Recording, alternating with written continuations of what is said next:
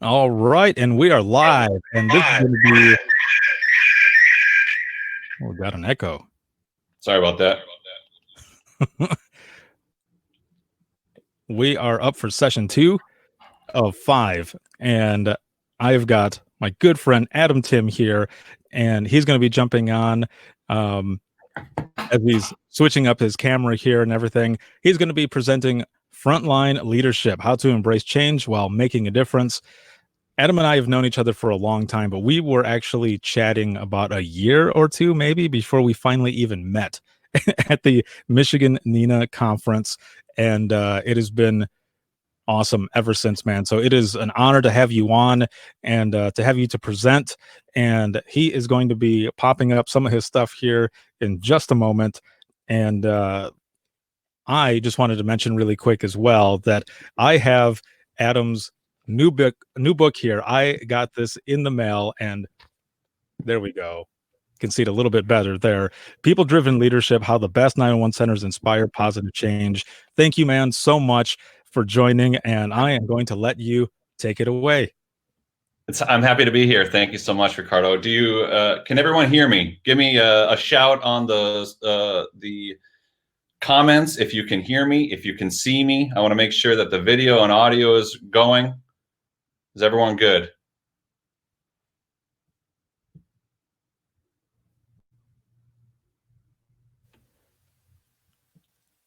Yes. Good. There you go. Okay. There we go. We're blowing up there. Thank you. Thank you. Thank you. Thank you. Thank you. Awesome. I'm super excited to be here today and share with you some of the thoughts that I've been having about leadership in our industry, and really what I've been finding over the last 3 or 4 years. I've been running around the country, and I've seen many of you. Thank you so much for being here. I've seen many of you in person at the conferences, classes, and some of you may already know that I've been conducting research on the down low over the last 4 or 5 years, trying to pull together thoughts, ideas from some of the best leaders in our industry about what they do differently than the rest of the leaders and those in leadership positions to change their centers from the inside out. And I've been really surprised to find that there are consistent practices, there are consistent approaches that leaders at centers all across the country, who aren't even necessarily talking to each other, they are using the very same principles, the very same practices, despite doing their own thing in different corners of the country. And as I've been having these conversations, I've also been kind of distilling these approaches down into what I've called a people-driven approach. These leaders, who I've come to know as people-driven leaders, are unique insofar as they dare to lead. They dare to step into a true leadership role, and they dare to be vulnerable, and they dare to be courageous, and they dare to change the status quo. And so today, I'm going to encourage you to think about how you can be a leader, how you can be more of a leader. The title of this presentation is Frontline Leadership, how to embrace change while making a difference. But really, the question I have for you is, how can you be more of a leader? How can you be more of a leader no matter where you sit? We're not talking about leadership roles or supervisory positions or being a lead dispatcher, a manager, a director. Of course, these are all leadership roles. But what I found is that the best comm centers in this country are really good at empowering leaders at every level of the organization. So I'm going to keep coming back to this question in our short amount of time together. We have less than an hour together. I'm going to keep coming back to this question. How can you be the leader that your center needs? Because only by stepping fully into a leadership role, individually, personally, will we be able to change the status quo. And by the way, we're all very familiar with the status quo. It looks like something like this. I've done while I was doing my research for my book, I found that a powerful resource for making positive change happen at your comm center is the APCO Project Retains Effective Practices Guide, or the EPG. In the EPG, the authors of the APCO Project Retains, and this is the 2005, the original, the OG 2005 Project Retains. They've since done a couple of follow-up studies, which continue to show that we still have an uphill climb to go as far as changing the industry from the inside. But in 2005 Effective Practices Guide, they found that the top 5 determiners of retaining your employees, of changing the culture of your organization, are the staffing situation, meaning whether your center is fully staffed, how many overtime hours, and the satisfaction with working conditions. And they also found that pay is a factor, one of the top 5 factors, and job complexity is one of the top 5 factors. Now, I've left pay and complexity out of this diagram because pay and complexity are somewhat or relatively easy to fix compared to these 3 things that you see in front of you. Because these 3 things, these three factors are intertwined. They are related to each other. And it's what I call the cycle of dissatisfaction. So if you're running minimum staffing, that's the staffing situation. You have to force people to work overtime. They become more dissatisfied with the working conditions, and then they leave, and that affects the staffing situation. And so many centers in our country are kind of circling the drain in this downward spiral and haven't been able to get off the hamster wheel. Please raise your hand if your center is in a similar boat, kind of circling the drain.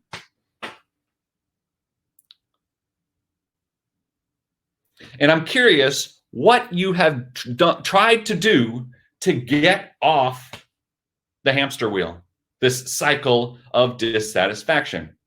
I mean, just starting with that question, what can I do to help my center get off the hamster wheel, can begin to shift your mind into a proactive sensibility, a proactive mindset. So often in 911, so often in public safety in general, we adopt a very reactive mindset, reacting to things that happen. And the problem with that is when we're reacting to things that happen, so we lose an employee and we go below minimum staffing, then we start to hire. It's already too late.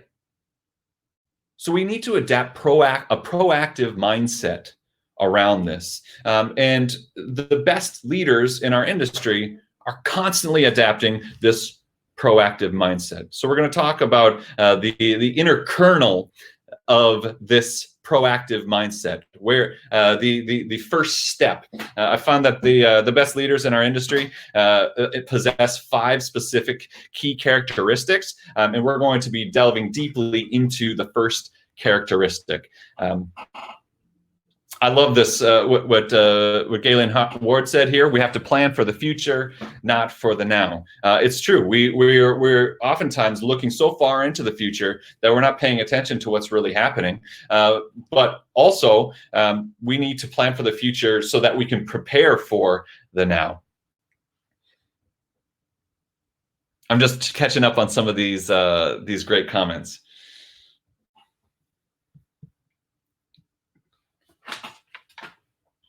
So getting off the hamster wheel, curing this cycle of dissatisfaction requires all of us. Would you agree with that? We're all a part of this. And any one of us, even people who are just starting out at our center, are part of creating an environment where motivation is possible. And there's one leader who I interviewed for my book who said, and he put it so succinctly when he said, when something goes wrong here at our center, it's my fault. I take 100% ownership for everything that's going wrong around here. If something goes right, I thank my team for doing a great job. And this is kind of the essence of this type of leadership, of having the buck stop with us. Now that's personal leadership. That does not require someone else in a higher position to bestow upon you taking ownership for your own actions each day.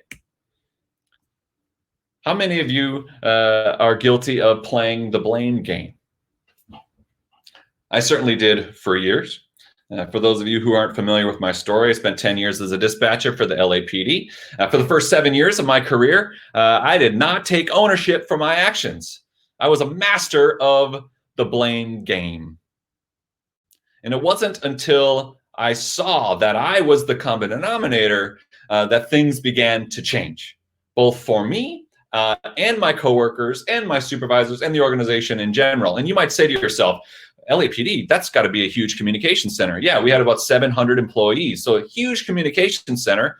However, I found that when I took my personal change seriously and proactively began to change myself for the better, I showed up more effectively in every single interaction, both on the phones and on the radio. I was better at my job. I was better at providing customer service. That didn't require anyone else. So I'm curious, are you ready to stop playing the blame game? Especially when we're talking about all of the challenges that our industry face today. And I'm not even talking about COVID right now, but however, I mean, that's another outlying event that's been introduced into our situation on top of everything else. So you might be thinking about staffing, you might be thinking about pay, you might be thinking about increased call volume, maybe just the difficult calls, the critical incidents. You might be thinking about all of the stressors that the job poses. Given all of that we are up against, it takes a personal leadership approach to overcome. Because as the stress increases, you might have a tendency to put your head in the sand. I'm curious, what is your tendency when you start to confront the challenges that face us? Some of us rise to the occasion. In the case of good stress, some of us kind of disconnect. And over the long term, I find that many of us get a little crusty. We get a little bitter. We get a little bit jaded as we work in this profession. I think it's related to the cost of caring, compassion fatigue, emotional labor, just the accumulating emotional trauma of this job. That's definitely a factor. Now, I'm curious if you have a vision for how things might be different. Do you have any goals in mind for you personally?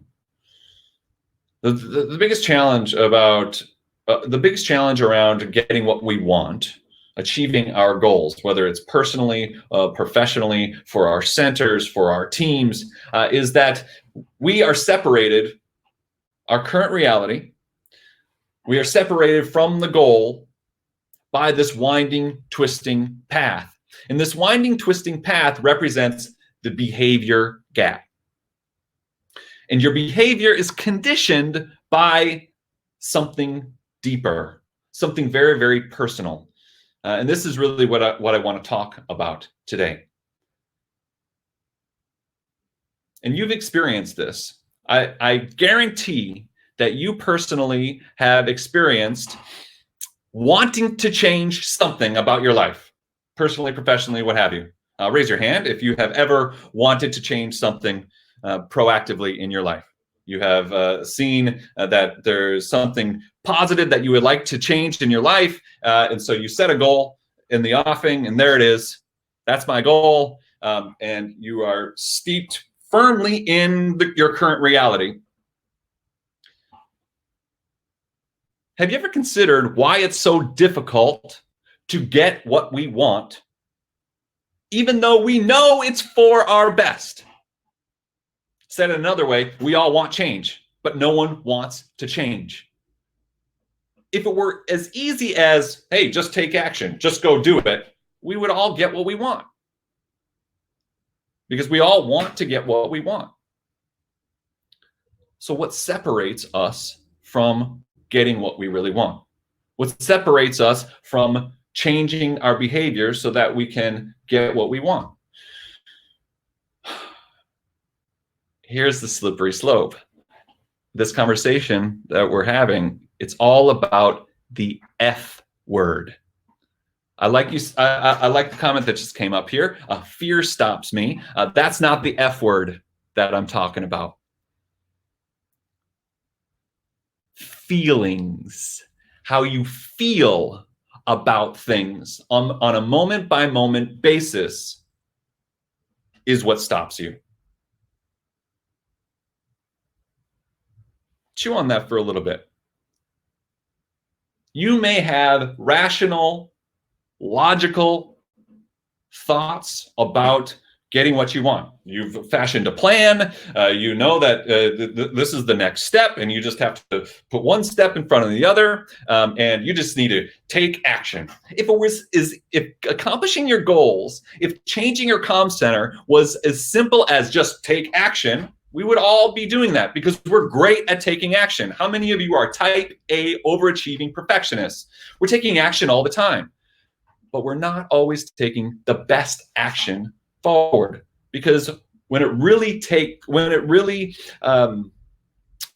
need to take action for our center, for ourselves, you might say, I would, but I don't feel like it. I would, but my favorite show is on Netflix. I would, but your feelings are separating you from taking action. How aware are you of your feelings on a regular basis, specifically your emotional makeup? Tracy Eldridge, talked a little bit about emotional intelligence. I want to do a deep dive on emotional intelligence. And before we get there, I want to know how aware are you of your day-to-day emotions, the emotions that you feel on a daily basis?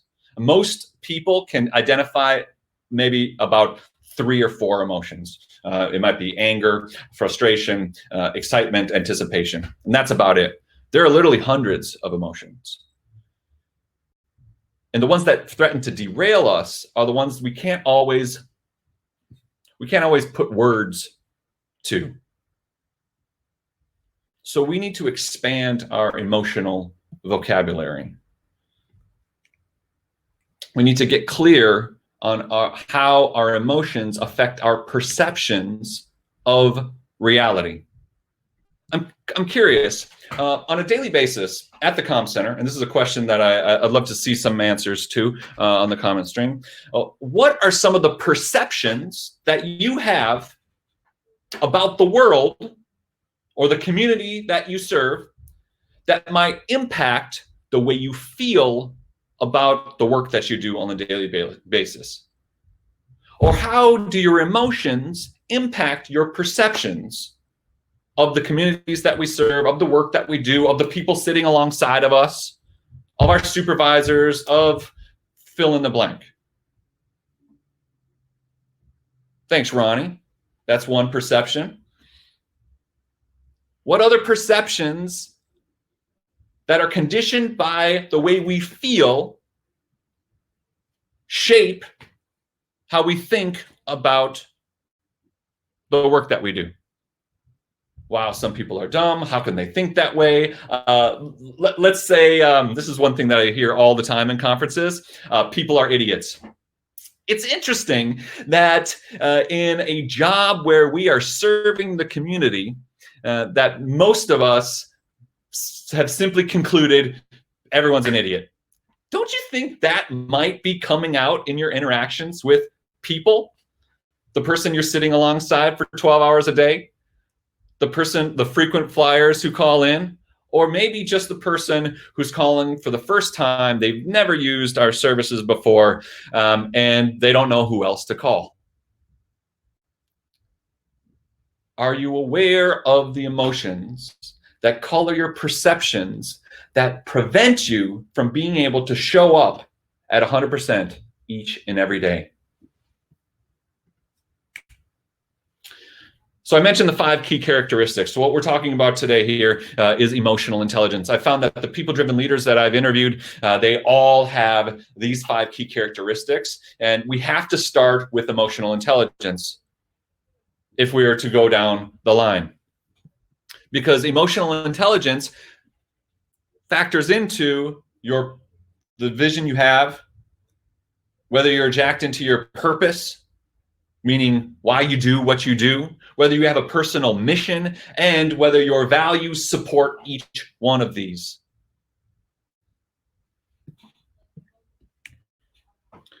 And things can get a little twisted if we're not clear about our emotional dimension.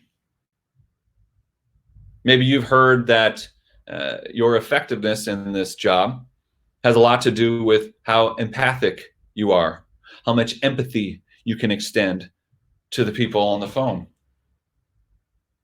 If your give a damn is busted, that's a technical term. If your give a damn is busted, don't you think it's much more difficult to meet people where they're at, to see things from their perspective? It takes emotional intelligence to understand where we've been derailed. Even if you know that you're making a difference on a daily basis, eventually there are elements of the job that get to us. And then the other factor is we're not very good at taking care of ourselves. You are likely a caregiver both on and off the job. You probably would do well to say no more often, to protect your time. These are all all of these realities factor into our emotional dimension. Because within us, we have 2 minds competing for attention. And you may need to upgrade your emotional operating system, especially if you plan, like many of us, we have in public safety, we have a strong working to retirement culture. If you plan to retire from this profession, which the research shows overwhelmingly that most will not. In fact, the APCO project estimated that 97 to 98% of those who work in 911 will not retire from the profession. So if you plan to retire from the profession and you haven't gotten really clear about your emotional intelligence, this is a leading edge for each one of us. So to talk more about emotional intelligence, I want to give you down to the definition of emotional intelligence. Here it is: a set of emotional and social skills that influence the way we perceive and express ourselves, develop and maintain social relationships, cope with challenges, and use emotional information in an effective and meaningful way. Looking at that definition alone, I'm curious, why do you think that's important for your life as a 911 professional and for your comm center?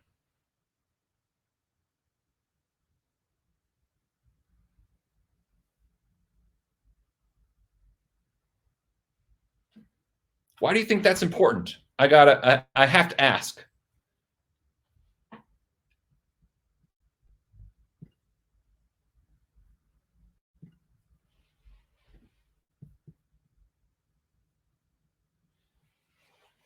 Wouldn't you say that we live and work in a very emotionally draining at times, emotionally charged at times, emotional pressure cooker that is the comm center?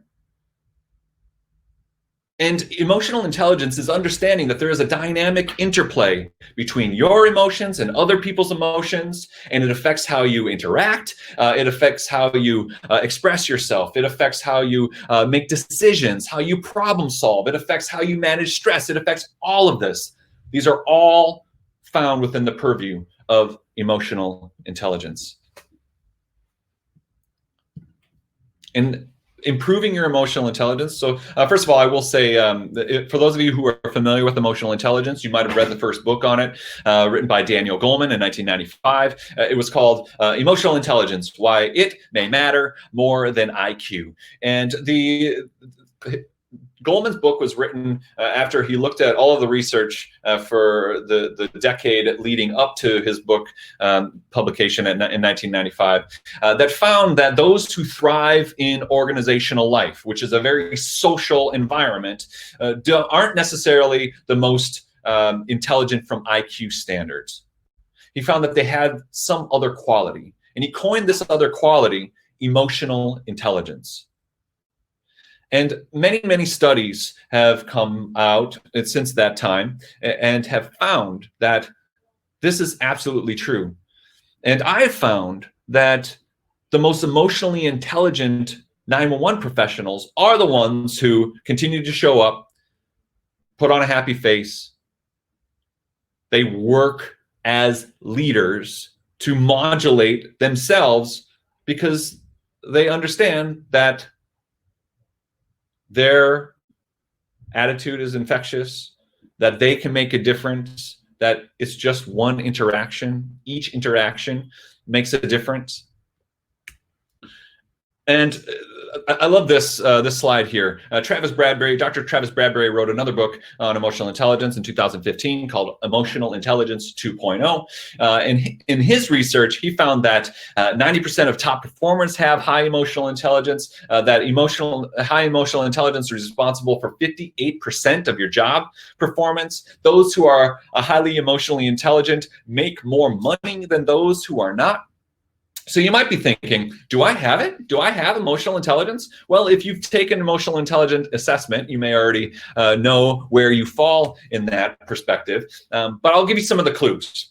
Here's some ways that emotions can affect our behavior. Your emotions influence your logic and productivity. If you're highly emotional about every little thing, it may cloud your perspective. You may not be able to see clearly. It determines how we treat ourselves and how we treat others. If your tendency, when you start to get stressed, which is an emotional experience of our outer reality, is to disconnect, is to practice escapist tendencies, is to self-medicate.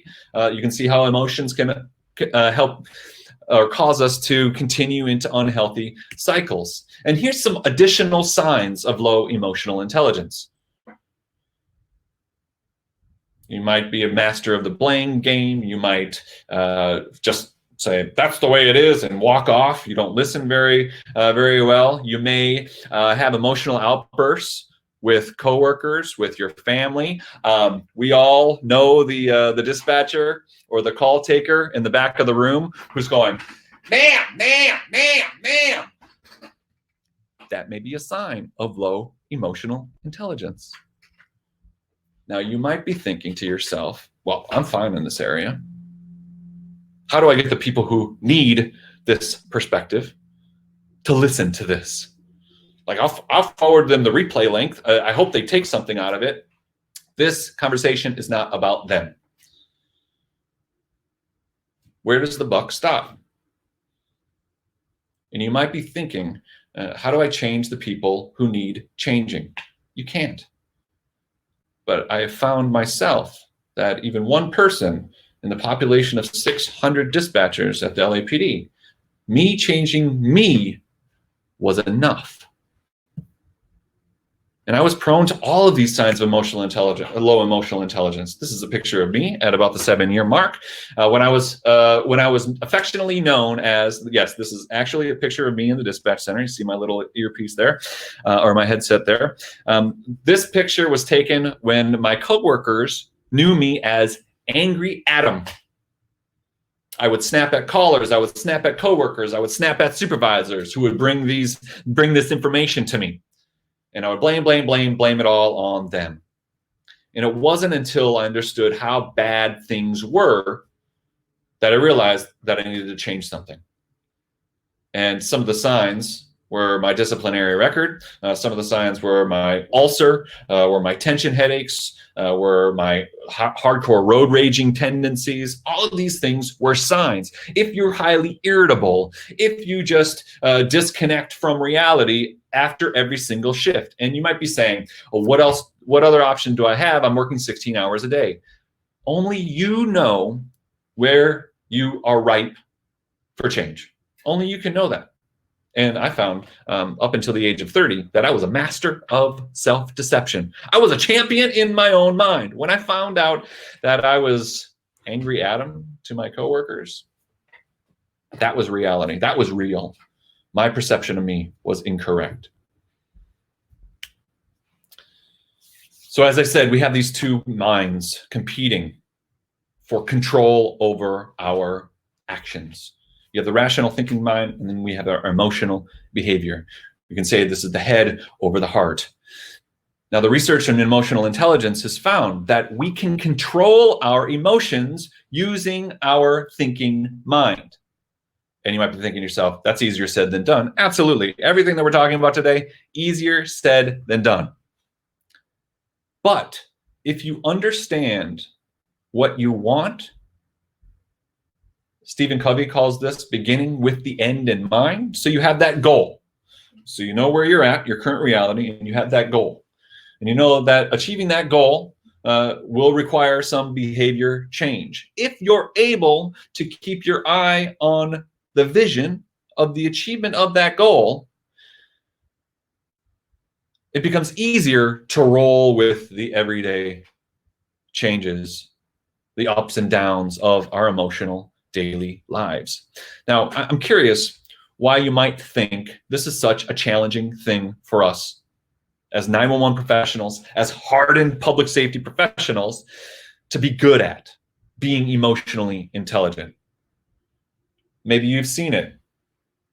The tendency, after being in this profession for a few months, if you're an overachiever, or a few years, or a few decades, is to grow more disconnected from our emotional makeup. And it's an occupational necessity to put a little emotional distance between ourselves and the nature of the work that we do. But as that emotional distance becomes larger and more pronounced, you might have found that you have this kind of buffer zone. And your buffer zone is possibly preventing others from getting close to you, preventing you from seeing clearly the emotional makeup of others. Our emotions are how we intuit the right thing to say to other people, to callers. And you might be already seeing why this is so important, especially if you are in a leadership role. And oftentimes, supervisors or managers or directors will say to me, it sounds like you're putting a lot of pressure on those in leadership roles at communication centers. Like the change must be driven by them, or it all comes down to me as the person in the leadership role to change things. And I can certainly relate to feeling that pressure. And I don't believe that it comes solely down to leadership.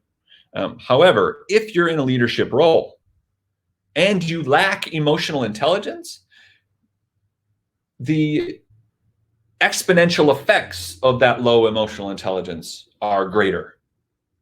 So say I'm the manager of a comm center and I have 30 employees. And if I come into the comm center each and every day and people don't know which version of me they're going to get, because some days I'm excited and generally positive. Other days I'm angry and I just walk through the hallway and I don't acknowledge anyone and I go to my office and I slam the door. I'm curious what this inconsistency from an emotional perspective, from me as the manager of that comm center, what might that emotional consistency result in? How might my team members feel? There's that word again. Organizational culture, your comm center's culture is all about feelings, how people feel about coming into work. So the realm of emotional intelligence is important even from a cultural perspective.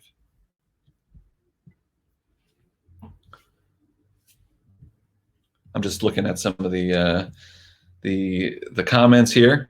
Thank you so much, Steve. So I want to break down some of the elements of emotional intelligence. The first pillar of emotional intelligence is self-awareness. And self-awareness can be broken down into self-perception, so how you perceive yourself, how you regard yourself, and self-expression. So self-perception is how I see me, and self-expression is how the world outside of me relates to me. Now, my change from being angry Adam to something else happened because I took a meditation class. I took a mindfulness class, and Luz is going to take us through some mindfulness practice. I believe it's later on today. And I know that we talked a little bit about meditation yesterday. What meditation is, if you don't like the word meditation, mindfulness is a good word for it too, is simply being with yourself. For me, I took a 6-week stress reduction class, and one of the primary practices was mindfulness, which was cultivating an understanding of my emotional dimension. And what I learned by just sitting with myself for 15 minutes once a day was that I was the problem, that I was messed up, that every little subtle annoyance that got under my skin would cause me to lash out and snap at people. I was creating difficult callers. I was creating difficult interactions with my coworkers. I was causing my supervisors to have to come down on me because I was the problem, and I didn't even see it. So I had very low emotional intelligence because specifically my self-awareness was very low. And it was tied to my self-perception. I had low self-esteem. And I had to get my mind around that and start to work with that in order to make a difference. So the question I have for you with regard to this first pillar, self-awareness, self-perception, self-expression, is how do you see yourself? Do you see yourself as the hero of your story or something else? Now, we're all everyday superheroes working in this profession. The reclassification effort is really about that, the outward or the objective perception of our industry, getting the recognition that 911 professionals rightfully, I'm hesitant to use the word deserve, but so that we have a seat at the table of the other with the other public safety members, that we are a part of this whole apparatus of public safety. However, if we don't also begin to regard ourselves as worthy of our time, of saying yes to us, then it doesn't matter how much outward recognition that we get from the industry, from whoever, it doesn't really make a difference. If you're not the hero of your story, if you don't regard yourself as worthy of prioritizing, that's a place to start as well. Your self-perception, self-expression also is going to relate to your ability to manage your moods. So I mentioned in my example, like if I'm a manager and you don't know, as my employee, you don't know what version of me you're going to get. On days I'm happy, everything is good. On days when I got something else going on, I might be taking out my home life on my coworkers or my direct reports. I need to understand that. So mood management factors into this as well, because as we become better able to understand our moods and their effect on others, our interpersonal relationships are affected. I'm curious, is your attitude on a regular basis, so be completely honest with yourself here, is your attitude on a consistent basis, like generally your attitude, is it worth catching? And if the answer is no, then there's an opportunity there. That's personal leadership. Now, the other part of this, your self-perception, self-expression, is how good you are at doing the things you hate. So we're talking about the behavior gap that separates our current reality, where we are, from where we want to be. If you don't understand the moods and emotions that derail you from getting what you want, that's information. That's personal leadership. Now, you may set an intention. So, for example, let's say on Saturday, this weekend coming up, I have set the intention of going for a run. I get my daily exercise in. That's my intention. I'm going to go for a run Saturday morning. On Friday night, I do a virtual hangout on Zoom, a virtual happy hour. And I end up drinking too much, having too much virtual fun. And I sleep in and I skip my workout on Saturday. So I set the intention of getting a workout, which is connected to my higher vision for myself and my life, which is being sharp, which is feeling good in my body, which is feeling proud that I'm still on my exercise regimen despite all of this lockdown stuff. What do you think I feel on Saturday morning after sleeping in and skipping my workout? I might feel guilty because I promised something to myself and didn't do it. I might feel hungover too, depending on how hard I hit it. When there is incongruency between your intention and your behavior, so what you actually do, what you actually do is different than your intention for what you planned to do or promised yourself you would do, you'll feel uncomfortable. That's emotion. Your emotions are a compass. They can act like a compass. And when we're disconnected from our emotional makeup, we're limiting ourselves from really understanding things in a deeper way. Aside from being able to conjure the willpower to do the things that we don't want to do. Now, from self-expression and self-perception, we then move into decision-making. So that's the willpower piece, setting intentions and doing what we need to do, which then rolls into the interpersonal dimension. And this is where the people-driven leaders that I've studied are masters. Now, emotional intelligence is a combination of all these skills working together.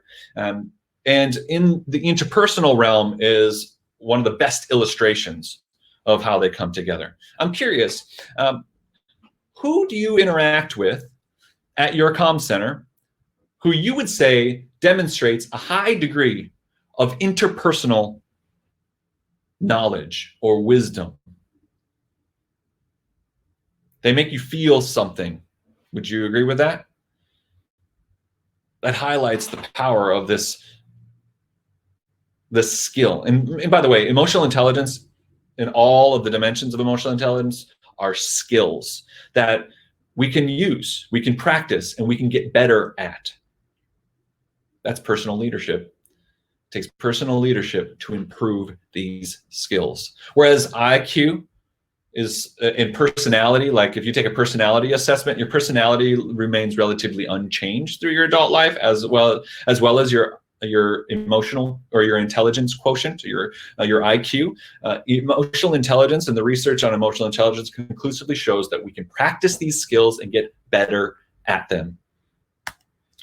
Now,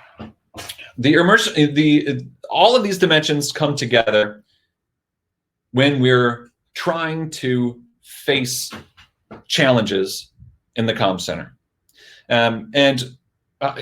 What you have here in front of you is kind of the best case scenario of how the chain of integrity or the chain of accountability might flow at your comm center. So say you have core values. This is a document that that center leadership has worked really hard to put together, and they said that these are our core values. This is what we stand for. The core values are imbued in the code of conduct, and the code of conduct is kind of the rules for the road. The code of conduct then underlies your policy and procedure.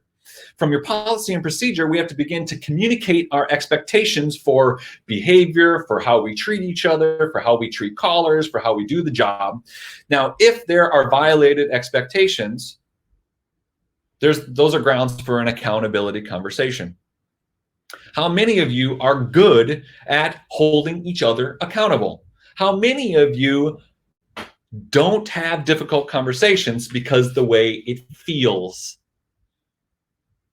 It takes personal leadership to have difficult conversations.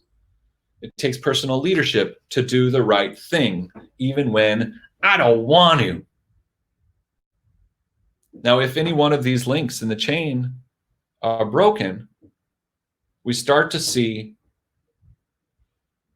some of the things that we have come to know as just the way things are in our industry. Low morale, high turnover, the blame game, people not taking initiative. It takes emotional intelligence to understand whether you are part of the problem or part of the solution. The thing about this whole conversation that we're having today, especially when it comes to making your comm center one where you like to work, you are either part of the problem or part of the solution. There is no middle ground. Even if you have a small comm center where there's just 2 or 3 of you, or even just one of you, you're either part of the problem or part of the solution. Those of us who see ourselves as part of the solution, we are leaders. You are a leader. And the only thing that it takes for you to step into that leadership role is an understanding of how powerful you are in that role. Now,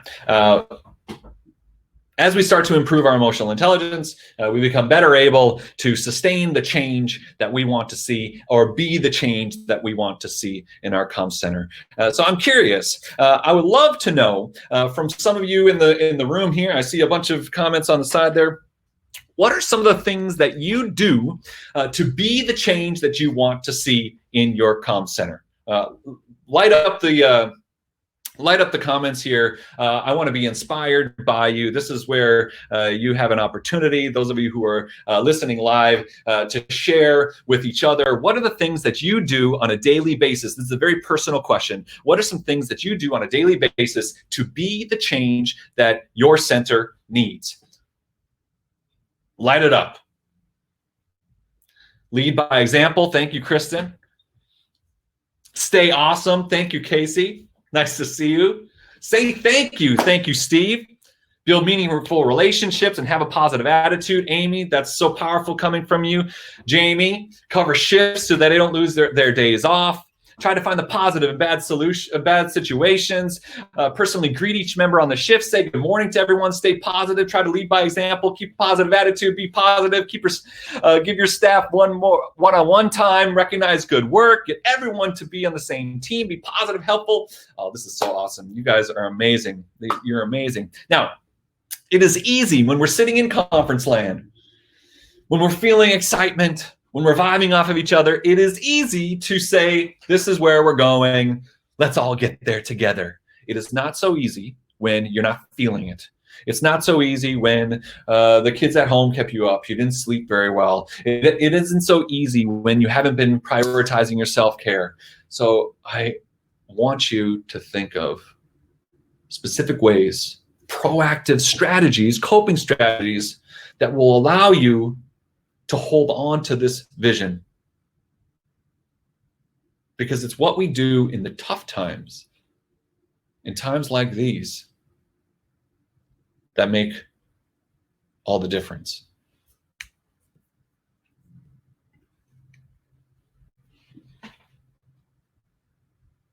Now, if things are the way they are, and they have been for some time at your center, you may need to do something different. You may need to take a leap.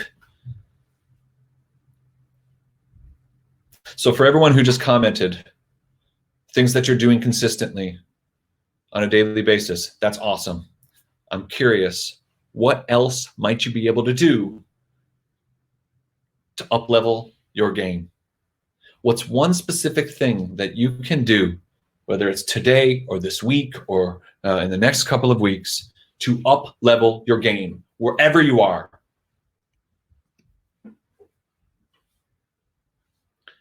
And it could be just tapping one of these pillars for successful leadership. You'll notice that none of these 4 pillars for successful leadership, which are all tied specifically to emotional intelligence, require a leadership role. Being centered and grounded, having the ability to take action, being participative, and don't let that participant leadership style throw you. Having a leadership style is personal leadership. Being tough-minded. You are resilient by nature, by the way. I will say this. Every 911 professional who I've come in contact with over the years is resilient by nature, which means you can take on more than most. However, when the way we swing out of balance when it comes to taking on more than most is we become so tough-minded that we adopt a suck-it-up buttercup mentality. The suck-it-up culture is a reflection of this tough-mindedness that is a good thing to have until it's not. So it's up to each one of us to understand where our toughness is good, but can also prevent us from asking for help, for example. So I want to give you a 5-step way of getting closer in touch with your emotional makeup, the feeling side of things. And I know, I always hear moans and groans when I talk about feelings in my training classes. But you've probably already seen it's so important. So here are the 5 steps of improving your emotional intelligence. First, we have to recognize the emotions in ourselves and others. We have to also understand the causes and consequences of our emotions. We have to label emotions accurately. We have to express them appropriately. And then we have to regulate our emotions effectively. This model allows us to use our rational thinking mind to rein in emotions that may be negatively impacting how we show up on a daily basis. And by the way, for those of you who are wondering, I'm absolutely happy to share this presentation with any of you because we can go deep into all of these, but we don't have that much time. I just want to catch up on some of the comments here. This is awesome. Leslie, I love what you said here. It requires trust on both sides. Being emotionally intelligent individually is how we foster trust, camaraderie, loyalty. You are either part of building team or tearing the team down. That takes emotional intelligence to understand. Now, our emotions are telling us something. Anger is telling you one thing. Frustration is telling you something. Excitement is telling you something. Anxiety is telling you something. Are you clear about what your emotions are telling you? I have a friend who she had experienced debilitating anxiety all her life. She got on anti-anxiety meds even, and she began trying to understand what her anxiety was telling her. What she found was that her anxiety made her a great problem solver, because when she started to feel anxious and nervous about a certain thing, it caused her mind to suss out all the different variables, all the different options. When she said, this natural inclination to be highly anxious about things actually makes me a better problem solver. She was able to overcome the debilitating side of anxiety. What are your emotions telling you? Now, I will say a little bit about this. I know we're coming very close to the end of our time together, but your stress situation, if you're not dealing with your stress, you are putting yourself at a disadvantage when it comes to your emotional intelligence, because high levels of stress takes your thinking mind offline, and you become less able to modulate all of these dimensions. So I'm curious, what action could you take? What action do you need to take today? And I'm going to throw this out there. What action do you need to take today to improve your emotional intelligence, to up-level your game at the comm center? And I'm going to answer a few of these questions here in the few seconds we have here. So the question here: how did you deal with negativity every day in the dispatch center? So from a personal perspective, I had to start to gravitate or resonate more in a positive way, and then I had to protect my positivity. So I realized that when I got into a very negative, condescending mood and mode, it affected how I treated callers. It affected how I treated coworkers. And there was a point, and it was my third complaint, where I got unpaid suspension days, where my old way wasn't working. So my annoyance and my taking out my frustration on others, it didn't work anymore. So I made that shift for me. And does that mean that those negative people at the comm center went away? No. It also didn't make their power over me go away. So I had to see that there were going to continue to be negative people, but I had to move myself away from them if I was to maintain my positivity. So that's from a personal perspective. Now, from a leadership role, you have to consistently confront it. Roxy, thank you so much for this. If bad behavior is tolerated, one of the leaders that I interviewed for my book, she said, you become what you tolerate. If bad behavior is tolerated, if no one's holding each other accountable, we shouldn't be surprised that low morale, turnover, all these problems that we see are the natural result. As a leader in my center, what would you suggest to help an angry Adam see that they're 50% of the problem? I sent them to training, but hitting a wall with them. You need to start. So if they're not getting the message, then you need to start holding them accountable in a very specific way. So addressing behavior, it's very difficult to have these difficult conversations, but what makes it easy if you address the specific behavior. So when you take out your aggression, when you go, man, it affects everyone else in the room. And how can we fix this together? So if you use language that brings the violator, for lack of a better word, into the solution, it can help. And I've seen this in the stories that have been told by leaders for the book. If you have did you have a specific light bulb moment that made you decide to change yourself and behavior? There was like a 1 week period. Thanks for asking, Paula. There was a 1 week period where I hit a wall, and this was after my third complaint, which got me unpaid suspension days. I snapped at a caller, I snapped at a coworker, and then I snapped at a supervisor who was like, "Hey, Adam, is everything okay?" And for some reason, when I snapped at the supervisor after this whole cascade of BS, I was like, "Huh, this doesn't work. I need to do something different because this way no longer works." And we are all given ample evidence whether our way is working or not. You know whether your way works or not. Your ways of interacting with others, your ways of treating yourself, the ways of doing your job, you know whether your way works or not. I had to suffer for years before I understood the depth of how bad my situation was. But then when I understood, this isn't working. It was this 1 week period where everything, like all the signs, like warning signs going off. and some of us, I mean, I was 30 years old when I kind of woke up. So we all learn on our own timeline.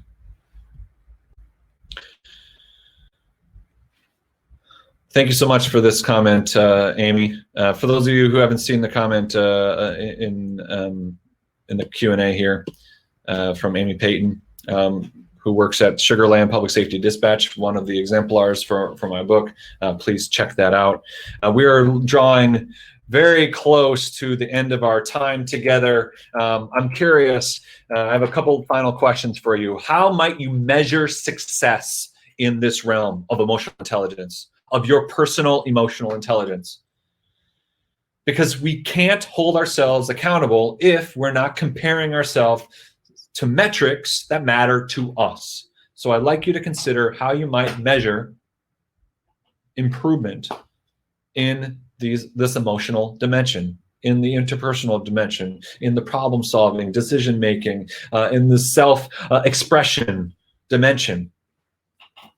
And I will say, again, just to underscore the importance of the work you do, of who you are. If your actions inspire others to dream more, learn more, do more, and become more, you are a leader. I love this quote by John Quincy Adams. And I will say to each one of you, you inspire me to do what I do each and every day. You are leaders. And I can't thank you enough for the work that you do. For those of you who didn't know, this is the book that I've been talking about. It's available on Amazon right now. Also, if you have any questions, comments about anything that we talked about in this laser session, please send me an email, Adam@thehealthydispatcher. I am at your disposal. Facebook group there, Twitter, Instagram.